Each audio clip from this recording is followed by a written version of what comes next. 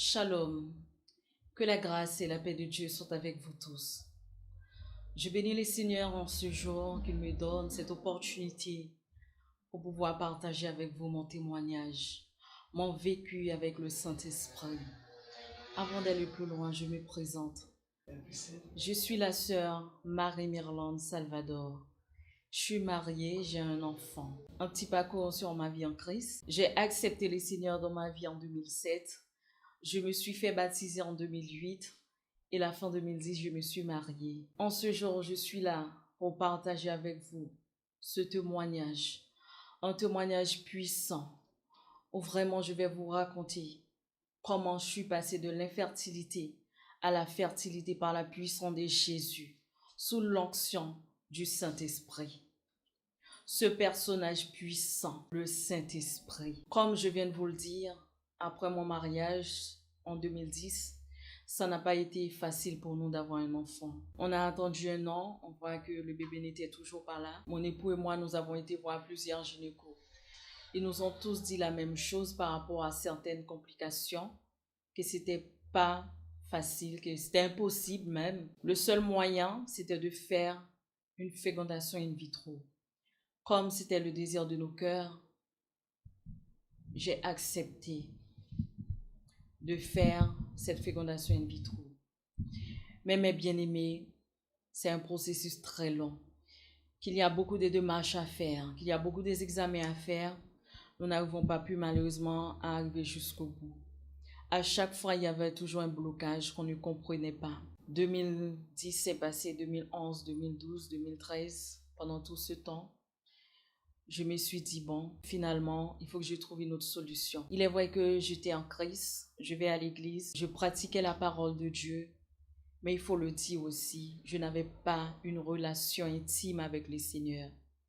Je n'avais pas une intimité avec le Saint-Esprit. Fin de l'année 2013, en août, j'ai commencé. Je me suis dit, j'étais quelqu'un qui passait énormément de temps sur les réseaux sociaux. J'ai dit, il faut que je fasse autrement. J'ai mis une pause à tout cela où je me suis dit, il faut que je cherche Dieu dans ma situation. Là, vraiment, je commence à le chercher, en méditant la parole de Dieu jour et nuit, dans l'adoration profonde. Et en méditant la parole de Dieu, le Saint-Esprit m'a conduit vers ce verset dans le livre de Proverbes 8, le verset 17, où la parole de Dieu nous dit, j'aime ceux qui m'aiment et je me laisse trouver par celui qui me cherche. Mes bien-aimés, lorsque j'ai trouvé ce verset, je me suis dit, waouh, c'est fort. Je te chercherai et je te trouverai. Je vous assure, mes bien-aimés, je l'ai cherché et je l'ai trouvé. Cela commence comme ça. Et c'est en méditant la parole de Dieu, en développant cette relation avec le Saint-Esprit, je comprends que le plus important pour moi, c'était vraiment d'être prête pour son retour glorieux. C'était d'être prête pour l'enlèvement de l'Église. Avec toute cette intimité, dans cette adoration profonde, je me suis dit, je vais arrêter. J'ai dit, Seigneur Jésus, je vais arrêter avec l'histoire d'avoir un enfant. Je comprends, il se peut que ce n'était pas dans ta volonté pour moi d'avoir un enfant. Je dis, Seigneur Jésus, le plus important pour moi, c'est d'être prête pour l'enlèvement de l'Église. Nous avons pris la décision, mon époux et moi. Nous avons été voir le gynéco qui nous suivait pour lui dire qu'on ne voulait plus continuer. Il a été très compréhensif. Il nous a dit, il n'y a pas de souci, je suis là. Si un jour vous changez d'avis, je suis toujours disponible. On l'avait dit d'accord. Mais bien aimé, je continue dans cette adoration. J'ai dit, Seigneur Jésus, et pendant tout ce temps que j'adore mon Dieu, plus dans mes prières que je lui demande, je veux un enfant. C'était vraiment cette adoration profonde où je vais dire, mon Dieu, mon Jésus, mon Sauveur, qu'est-ce que je veux te connaître encore plus? Qu'est-ce que je veux être encore plus près de toi? Je veux voir ta gloire. C'était vraiment quelque chose d'extraordinaire. Et c'est jusqu'à aujourd'hui, j'ai cette adoration, cette relation avec mon Jésus, mon sauveur par excellence. Je me souviens très bien, j'ai passé la fin du mois d'août dans cette adoration, le mois de septembre, dans l'adoration, dans la méditation de la parole de Dieu. Je bénis les Seigneurs aussi, il m'a permis d'entendre des enseignements très édifiants qui m'ont beaucoup aidé. Le 6, mes bien-aimés, le 6 octobre, c'était un dimanche. Lorsque je me suis réveillée, j'ai regardé l'heure, il était 6 heures du matin. J'étais encore sur le lit avec mon époux. Comme je vous parle, mes bien-aimés, c'était pour la première fois dans ma vie. J'entends la voix de Dieu si audible. Comme je suis en train de vous parler en ce moment. La voix me disait, mais qu'est-ce que tu veux que Dieu fasse pour toi? J'ai répondu spontanément. Je veux un enfant naturellement. J'ai même pas compris à quel moment j'ai répondu. Tellement que la réponse a été rapide. Mais fort, mes bien-aimés. Je pensais que mon époux qui était sur le lit a entendu aussi. Je lui ai même secoué pour dire, tu as entendu quelque chose? Et je lui ai raconté ce qui venait de m'arriver.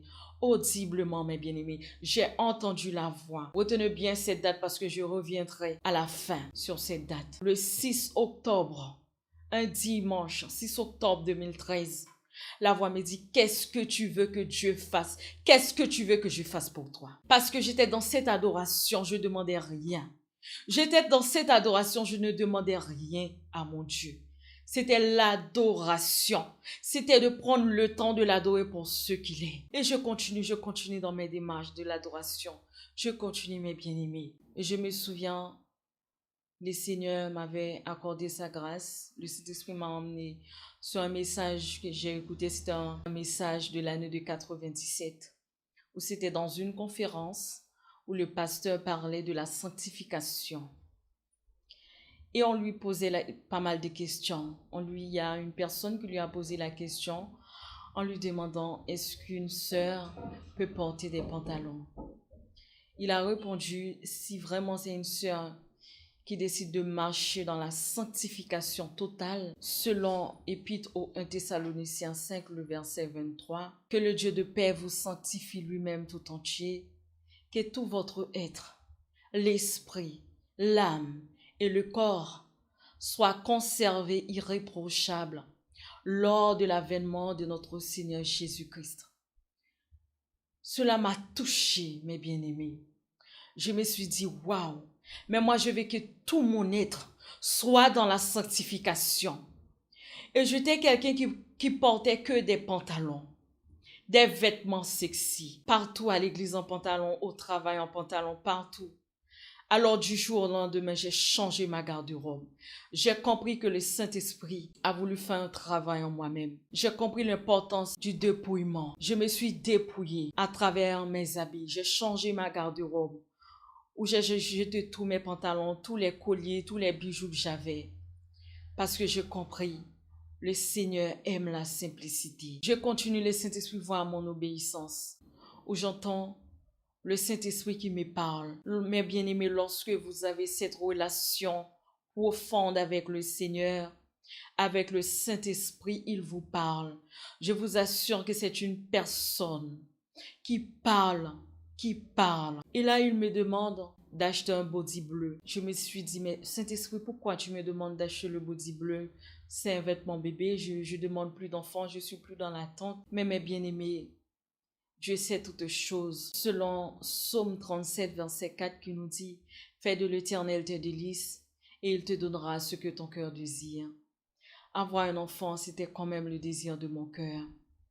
Alors j'ai laissé passer 3 jours après, j'ai pas acheté sur le coup le body. Le Saint-Esprit revient. Il me dit, mais je t'ai dit d'acheter un body bleu. Je me suis dit, d'accord Saint-Esprit, j'obéis. Je vais dans un magasin pour acheter le body bleu. Mais d'habitude on dit, les bleus c'est pour les garçons, les roses pour les filles. Alors là je me suis dit, bon, Seigneur, peut-être que tu vas me donner un enfant, je ne sais pas. Est-ce que ce sera un garçon ou une fille? Je ne prendrai pas le bleu, je prendrai le blanc. Comme ça c'est neutre. J'arrive à la caisse avec le body blanc pour payer. J'ai déposé à la caisse. Le Saint-Esprit me reprend tout de suite. Je t'ai dit d'acheter un body bleu. J'ai dit d'accord. J'ai retourné, j'ai déposé le body blanc. J'ai pris un bleu. J'ai payé et je rentre chez moi avec. Lorsque j'arrive à la maison, J'ai expliqué tout cela à mon époux. Il me dit, mais gloire à Dieu, si Dieu te demande de l'acheter, il sait pourquoi. Et puis, on a discuté ensemble de pas mal de choses. Après, j'ai déposé le body quelque part. Tout de suite, le Saint-Esprit me reprend. Il me dit, ah bon, si c'était un bébé, c'est comme ça que tu allais le balancer quelque part? En moi-même, je lui ai répondu, j'ai dit non. Je l'aurais mis au milieu de nous, sur le lit. Là que j'ai compris. Depuis ce jour, mes bien-aimés, j'ai tout de suite raconté cela à mon époux parce qu'on était ensemble dans la chambre. On a mis le body au milieu de nous. On le considérait comme si c'était un bébé. Lorsqu'on dormait, on faisait attention. Et gardez encore l'histoire de ce body. Je reviendrai à la fin. C'est pour cela que je vous demande vraiment de suivre la vidéo jusqu'au bout. Et puis, toujours dans les démarches. Mais mes bien-aimés, il y a tellement de choses qui se sont passées. Je peux pas tout vous expliquer. Je continue toujours dans l'adoration, l'intimité. Là où le Saint-Esprit va me demander d'enlever le défrisage. J'avais de longs cheveux. Là, ça a été pour moi un coup lorsque le Saint-Esprit me demande de ne plus défriser. J'ai dit d'accord, Saint-Esprit, j'obéis, j'irai jusqu'au bout avec toi. J'ai pris la décision de laisser pousser naturellement mes cheveux.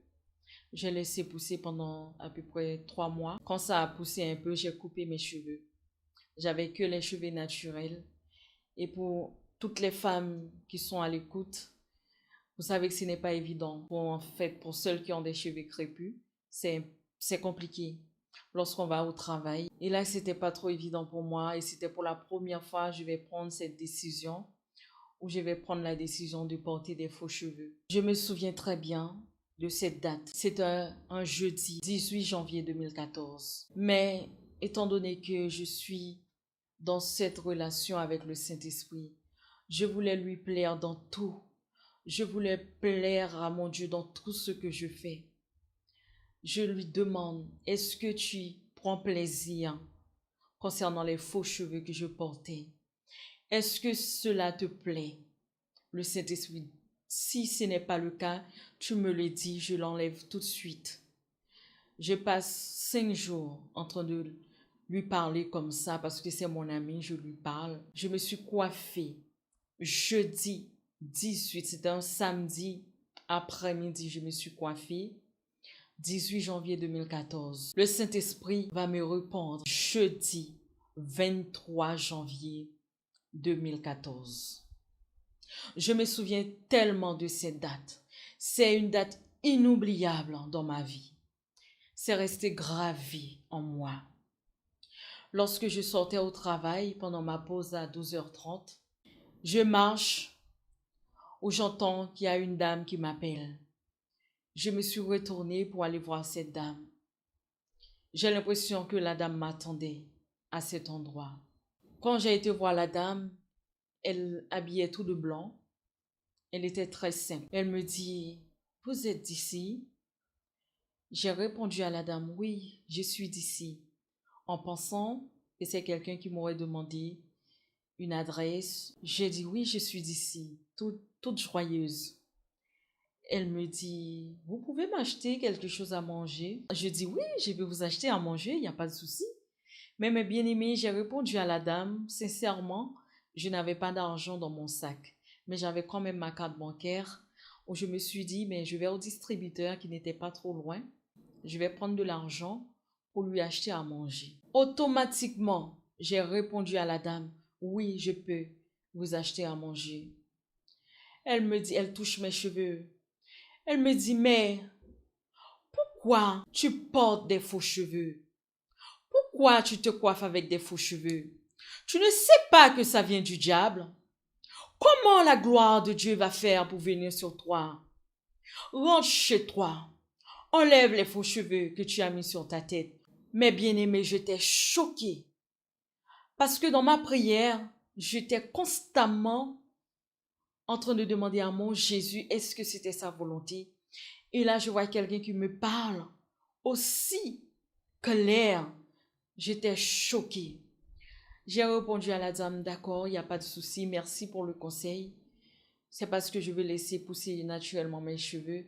Elle m'a dit oui, laisse pousser tes cheveux naturellement. Tu ne sais pas que ça vient du diable. Les faux cheveux que tu portes viennent de sous-sol. Tout ce qui vient de sous-sol appartient au diable. Rentre chez toi, enlève pour que la gloire de Dieu puisse venir sur toi. J'étais bloquée, j'avais la chair de poule, mes bien-aimés. Et je trouvais que je parlais avec quelqu'un de bizarre en moi-même. J'ai dit, c'est qui cette dame? Pour l'envoyer rapidement, j'ai dit, d'accord. J'ai dit, mais excusez-moi, vu que je n'ai pas d'argent, je vais au distributeur, je vais enlever de l'argent pour vous acheter à manger. Elle me dit, non, non, non, non, non, non, non, non, non. Je n'utilise pas de ces choses. Je n'utilise pas d'électricité. Je suis dans la gloire de Dieu il y a plus de 2000 ans. Je n'utilise pas de ces choses. La seule chose que je te demande, enlève de ta tête pour les faux cheveux pour que la gloire de Dieu puisse venir sur toi. Là, bien-aimé, j'étais encore plus bloquée de dire quelqu'un qui est dans ce monde n'utilise pas de la carte bancaire, n'utilise pas d'électricité, n'utilise rien de ce monde. J'étais encore bloquée. Je me suis dit, mais comment ça? Je dis, mais en fait, comment cela, vous n'utilisez rien de ce monde? Vous n'avez pas l'habitude de voyager, vous ne prenez pas de bus et tout? Elle me dit, non, moi je suis toujours à pied. Je me suis dit, d'accord. Je dis, mais en fait, vous habitez où? Vous vivez où? Elle m'a regardé avec un sourire. Elle me dit, là où j'habite, tu ne peux pas venir pour le moment. Là où j'habite, tu ne peux pas venir pour le moment. Et puis elle est partie, mes bien-aimés. C'est lorsqu'elle est partie, c'est là que j'ai pris conscience. J'étais en train de parler avec un messager de Dieu. J'étais en train de parler avec un ange de Dieu. J'ai appelé mon époux tout de suite pour lui raconter. Je rentre chez moi parce que j'ai une grande pause. J'étais bouleversée. Lorsque je suis arrivée chez moi, j'ai tout de suite coupé les faux cheveux. J'ai enlevé ça tout de suite dans ma tête, mes bien-aimés. Tout de suite. Et mes bien-aimés, vous savez quelque chose? Par l'obéissance. J'ai écouté et j'étais en train de parler vraiment, visiblement, face à face avec un ange de Dieu. Vous savez, mes bien-aimés, c'est ce jour-là que je suis tombée enceinte de mon enfant. C'est ce jour-là que je suis tombée enceinte. Le jour même, pas le lendemain, mais le 23 janvier 2014. Et 2 mois après, j'ai été voir un gynéco pour faire un test. Il m'a fait des examens. Il m'a dit, madame, vous êtes tombée enceinte. Je lui ai posé la question en lui. Je savais que j'étais tombée enceinte ce jour même. Je lui ai dit, c'est quel jour, docteur, je suis tombée enceinte? Il me l'a confirmé en me disant, madame, vous êtes tombée enceinte le 23 janvier 2014.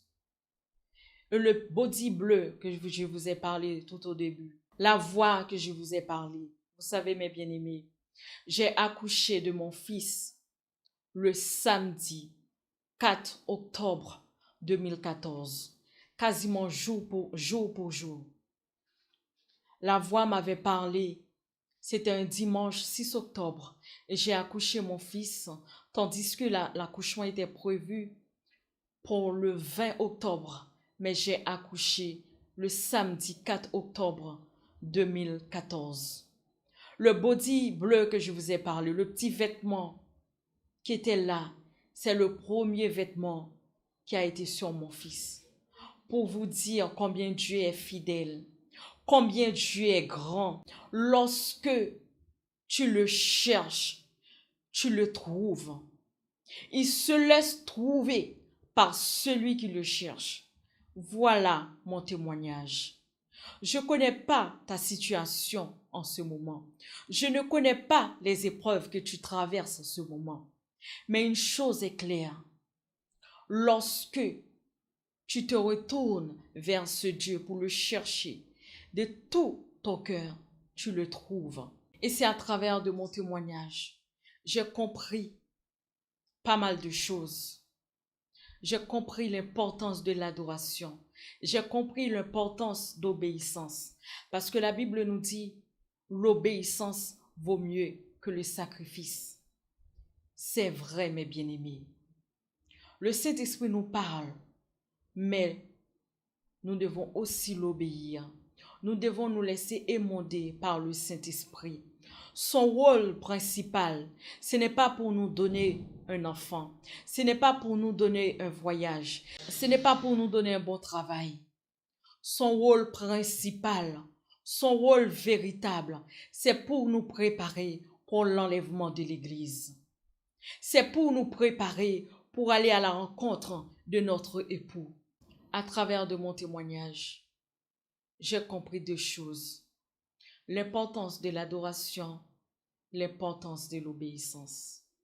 L'adoration véritable, l'adoration profonde touche le cœur de Dieu.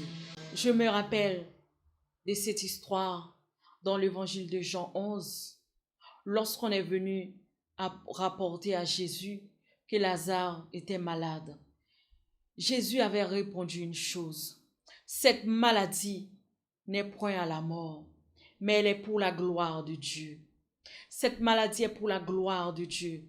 Des fois, nous traversons certaines situations, certaines épreuves que nous ne comprenons pas. Mais des fois, c'est pour la gloire de Dieu.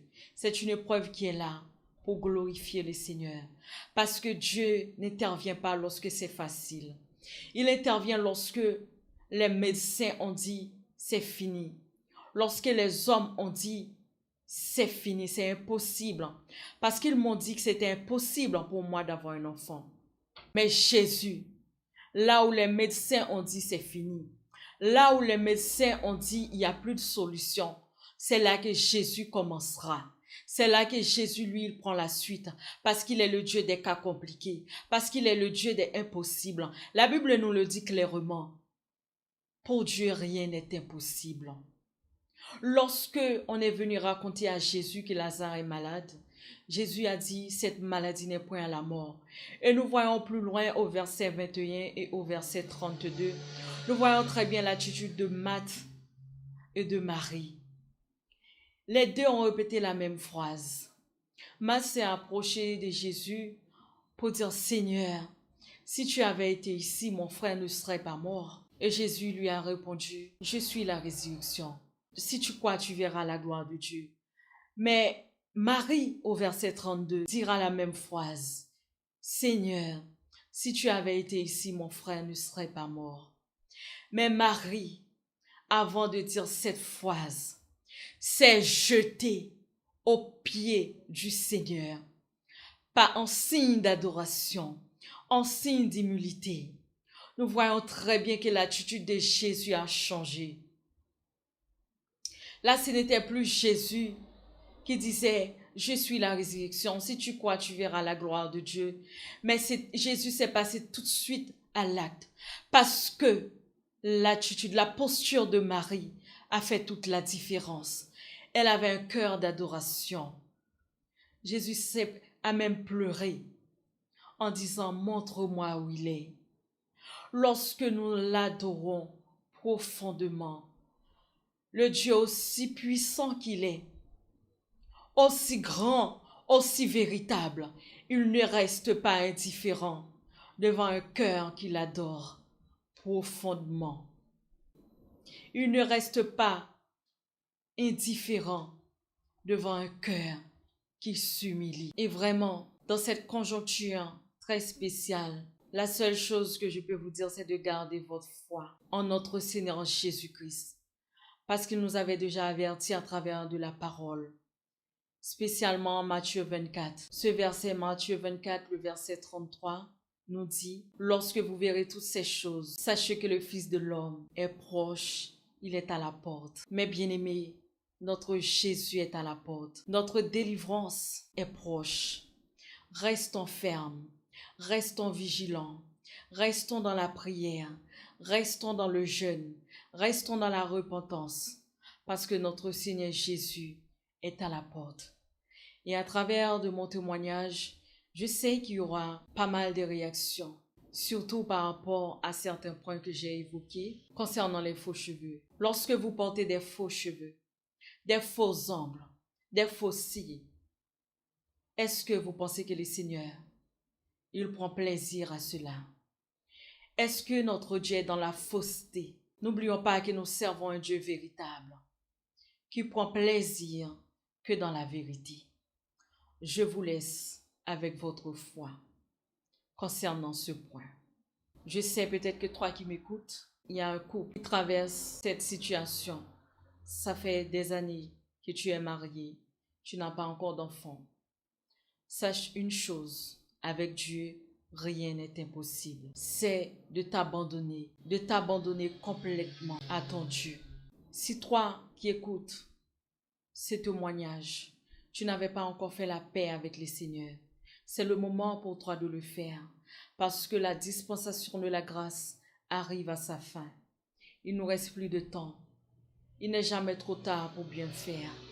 Je t'invite à faire avec moi cette prière en disant: Seigneur Jésus, j'entends parler de toi comme le Sauveur de l'humanité. Aujourd'hui, je décide de t'accepter dans ma vie comme mon seul Sauveur personnel. Je décide de t'expérimenter. Je t'ouvre aujourd'hui la porte de mon cœur. Entre, fais ce que tu veux. Je m'abandonne entre tes mains. Je veux te connaître. Je veux faire ta volonté. Et je te demande pardon pour tous mes péchés. Je te demande pardon pour mes passés. Je veux désormais commencer une nouvelle vie avec toi. Je sais qu'à la croix de Golgotha, tu as versé ton sang pour moi, pour le pardon de mes péchés. Aujourd'hui, je t'accepte dans ma vie comme mon sauveur personnel.